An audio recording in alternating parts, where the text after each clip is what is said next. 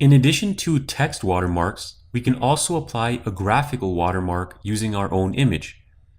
To do so, change the watermark style from text to graphic. As soon as you do that, you'll be prompted to select the image.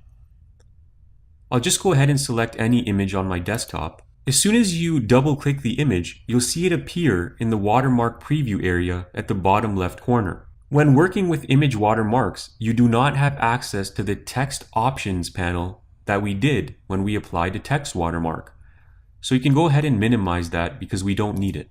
You can, however, set the Watermark Options as we did with the text watermark. So for example, you can change the opacity of the image, the size. It's best not to scale it too much because then you can see that it becomes a bit pixelated.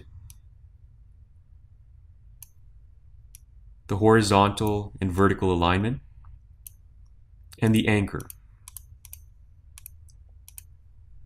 You can also rotate it the same way we did with the text watermark. Since I don't want a graphical watermark, I'm going to switch back to text, and I'm going to save this watermark as Watermark 1. Click Create, and so we'll always have access to that watermark now.